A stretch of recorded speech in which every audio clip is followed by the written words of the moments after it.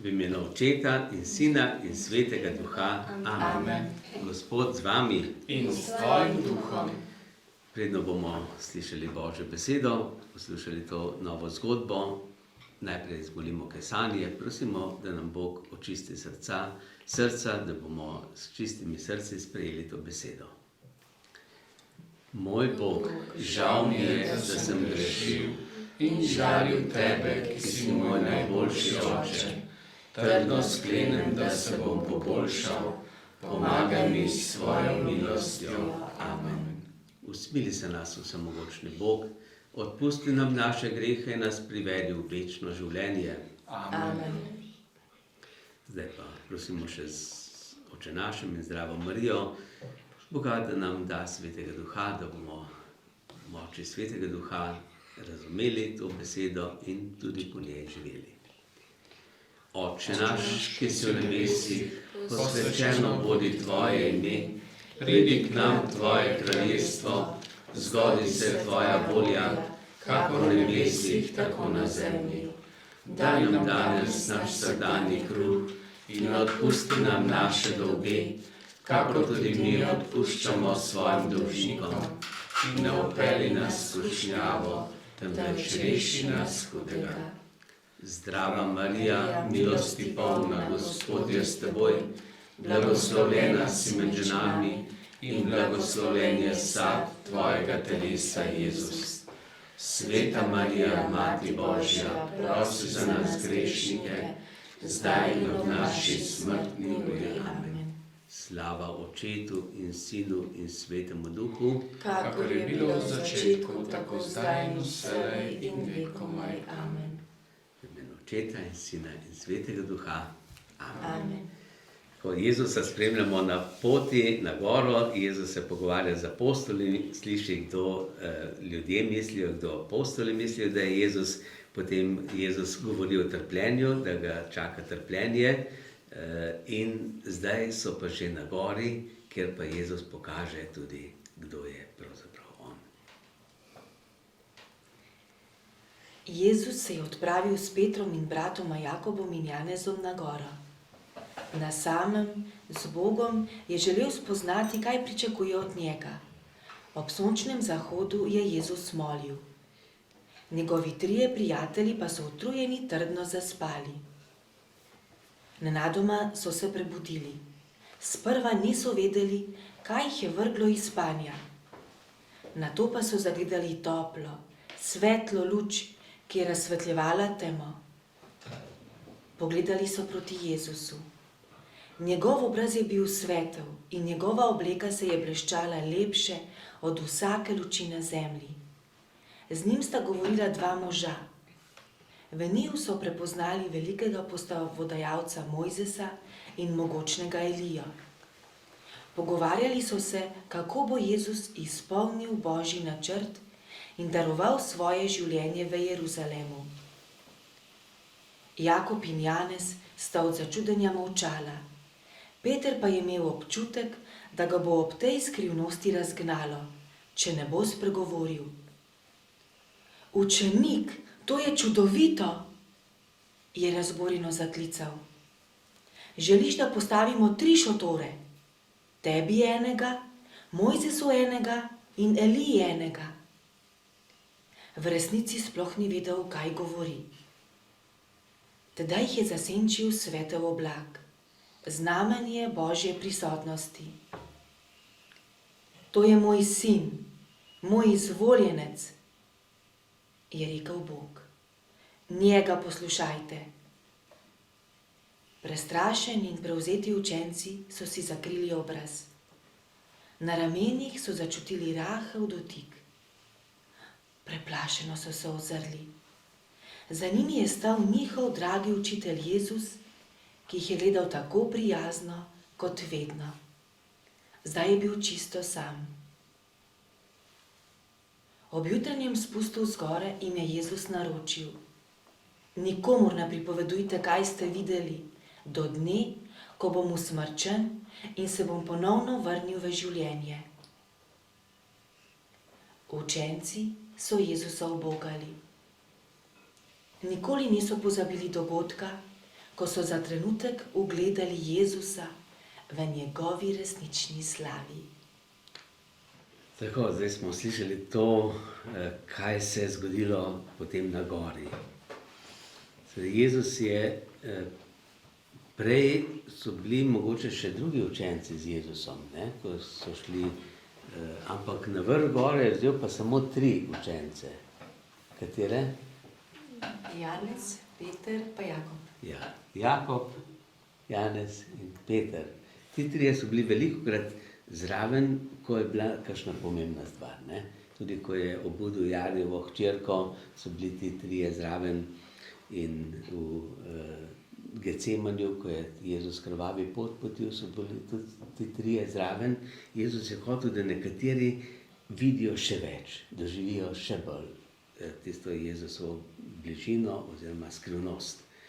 No in gledajte, Jezus je izbral vse apostole in poklical še druge ljudi in tako smo tudi mi izbrani, poklicani. Kam smo poklicani? V cerkev, ne? Da smo njegovo ljudstvo, da smo Da poslušamo njegovo Božjo besedo, tako, njegovi učenci, njegovi prijatelji, ne? Smo. Jezus nas želi, se nam želi razodeti, ne? Se nam želi pokazati, kdo je on in tudi povedati, kdo je oče in tudi kdo je Sveti Duh. No, tako da se je Jezus želel učencem vsem razodeti, nekaterim pa še posebej, zato da bi jih utrdil, ko bo prišla najhujša kriza, trenutek ob križanju, da bojo takrat ostali trdni. Da bojo se bojo pa le spomnili nekatere stvari, kdo je Jezus. Da ne bodo še oni obupali, ker to je zelo važno, ne? Da je vsaj 1, 2, 3, da so takrat, ko je hudo. In tisti lahko vse rešijo. Če pa ni nobenega, potem lahko pa panika nastane in se vse zgodi. No in tukaj se pravi, Jezus vzame te 3 na goro in ko se prikaže, se je prikazal v pričo 2 prerokov. Ja? 2 preroka. Kdo sta bila to? Mojzes in Elija. Kdaj je živel Mojzes? Pred Jezusom koliko? 1200 let približno. Ne? Elija pa 800 let. 800 let, ja. Po Mojzesu, ja. No, Mojzes je kaj naredil Mojzes? Med drugim je izpeljal Izraelce iz Egipta, iz sužnosti v svobodo. In je odprl morje, da so šli Judje skozi Rdeče morje v puščavo in potem v obljubljeno deželo. No, kaj pa Elija? Je pa v nebo šel. Je šel pa v nebo, ja. Z gorečim vozom je šel v nebo. Z gorečim z ognjenim vozom in ognjenimi konji je šel v nebo in prej je pa enkrat zaprl nebo. Ko so ljudje grešili, ko so malikovali, ko so pozabili na svojega Boga, je rekel 3 leta in pol ne bo dežja. In ni bilo dežja. In potem na njegovo molitev se je spet odprlo nebo in spet padel dež. In spet so ljudje spoznali, kdo je pravi Bog. To je naloga preroka je, da budi ljudi, da jih opozarja, spominja, kdo je pravi Bog. No, tako da na gori torej so se srečali s temi 3 apostoli in Jezus in 2 velika moža. Torej, Mojzes je dal zapovedi, Bog je dal Mojzesu 10 zapovedi, to je postava. Prerok je pa tisti, torej, ki poskuša ohranjati zvestobo postavi. To je zvestobo Bogu. No in to je pa Elija kot en simbol vseh prerokov. No in tukaj smo tudi mi zdaj, ko nekako poskušamo videti ta Jezusov vzpon na goro, kot je bil tudi Abrahamov vzpon na goro, ko je šel na goro, da bi daroval Izaka. Izaka. In takrat je torej Abraham in Izak sta šla sama In Izak je spraševal, imava drva, imava ogenj, imamo nož, nimamo pa jagnjeta. In je rekel, Abraham je rekel, Bog bo poskrbel. No in Bog je poskrbel in Abraham je tam pokazal, kaj je vera, kaj je zaupanje v Boga, kaj je poslušnost, kaj pomeni izpolniti Božjo voljo. Ne? In Abraham je izpolnil to, kar mu je Bog rekel, daruj mi sina. In je bil pripravljen darovati, čeprav ga Abraham potem ni daroval do konca, ga ni za vodo zaklal, ampak ga je Bog prej ustavil in je rekel, ne, ni treba. Sem videl, ti si pripravljen, ti si že naredil svoje, jaz bom pa zdaj svoje. In bom blagoslovil tebe in Izaka in njegove potomce.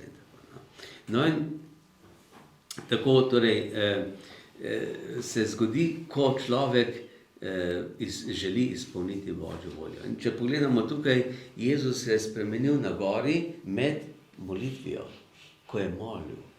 Glede, to je važno, da tudi mi vemo, ko molimo, kaj se zgodi.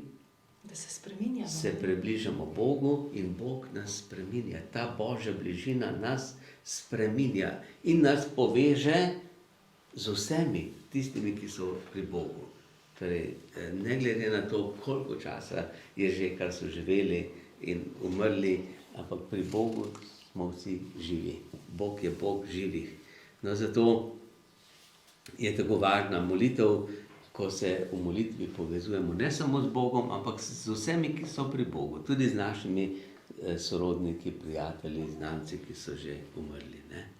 No, in molitev je važna, pomembna, da torej se človek v molitvi oddali od tega sveta in odpremo se tej Božji svetlobi, tej Božji besedi. No in tukaj vidimo, kako je ta,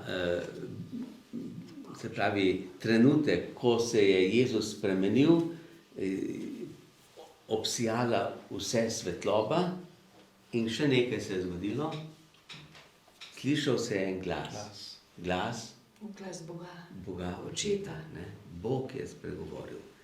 To je tudi zelo pomembno, da nekako razumemo, kaj se zgodi med molitvijo, ko se Bog razodene. Tukaj pravi, da se je pojavil najprej oblak. Oblak pomeni Božja prisotnost. Bog je tukaj prisoten. Boga ne moramo videti.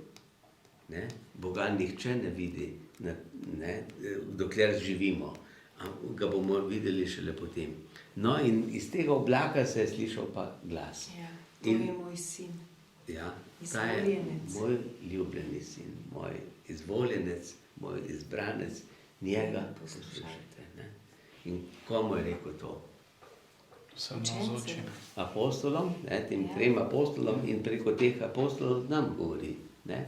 Poslušajmo Jezusa, poslušajmo, kaj govori torej, Jezus tudi danes po Svetem pismu, po cerkvi, po svojih zastopnikih, po svojih prerokih.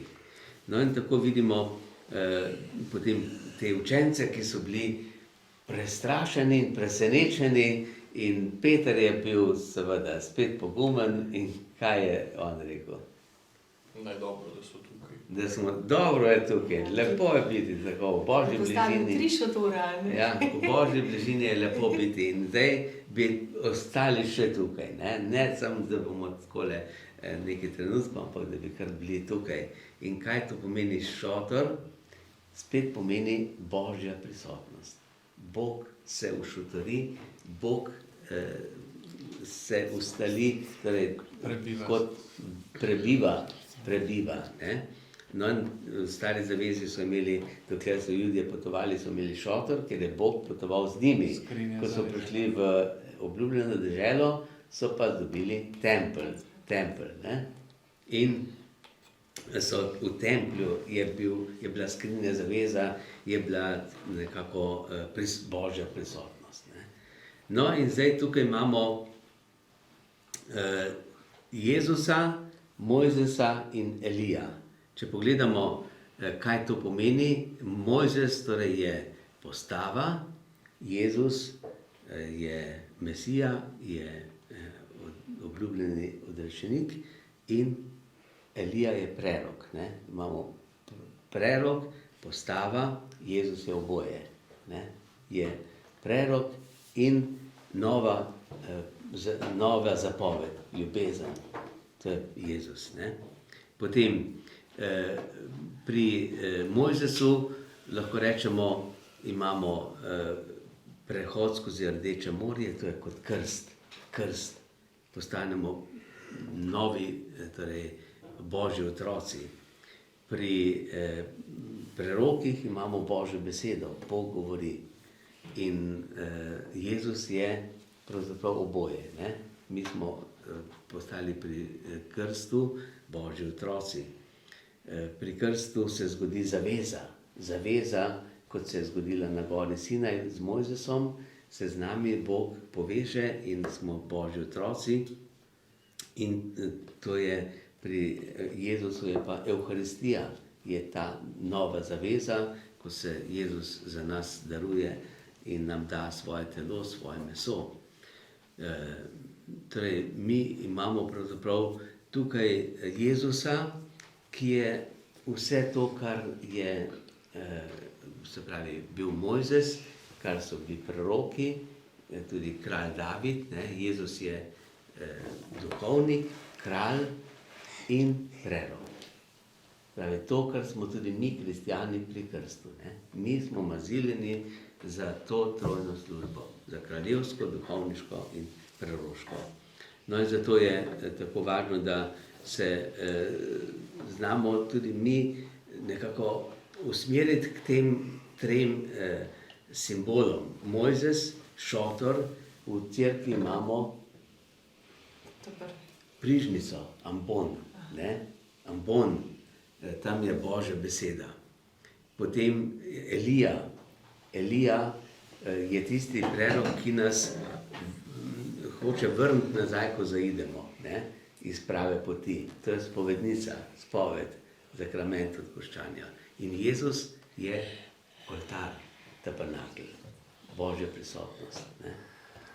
Zato imamo tudi v cerkvi take tri šotore. Ne? Katere? Prižnica, spovednica in oltar. Ja, tabernakel in oltar. Včasih je bilo to skupaj, danes je oltar eno, tabernakel je drugo. No in tako bomo tudi mi torej lahko spoznavali Boga, ki je luč, in Boga, ki je glas. Boga, ki je beseda, in beseda je meso postala v Jezusu Kristusu, in luč, ki sveti, ki osvetljuje naše življenje, tukaj zemeljsko in tudi večno življenje.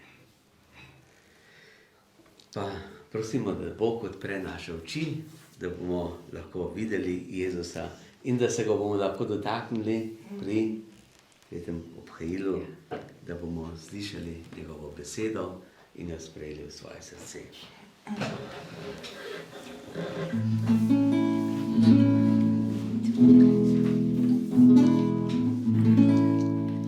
Odpri oči mi, da vidim te, Jezus, da se te dotaknem in rečem, da tvoj sem. Ušesa odpri mi za tvojo besedo.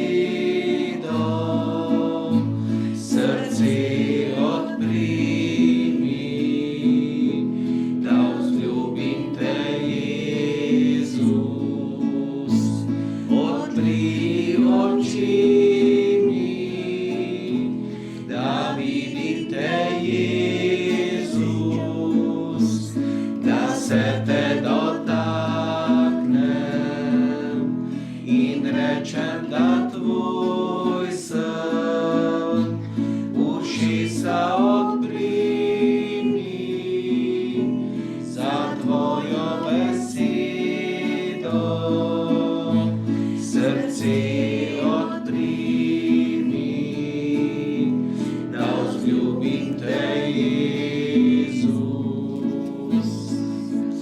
odpri oči mi, da vidim te, Jezus, da se te dotaknem in rečem, da tvoj sem. Ušesa odpri mi za tvojo besedo, srce odpri mi, da vzljubim te, Jezus.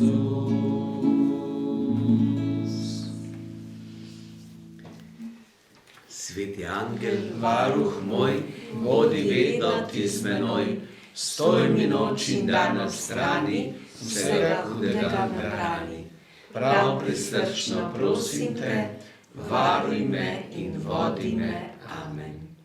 Gospod z vami, In s tvojim duhom, blagoslov vsemogočnega Boga, Očeta, Sina in Svetega Duha, naj pride nad vas, nad našo domovino in nad ves svet.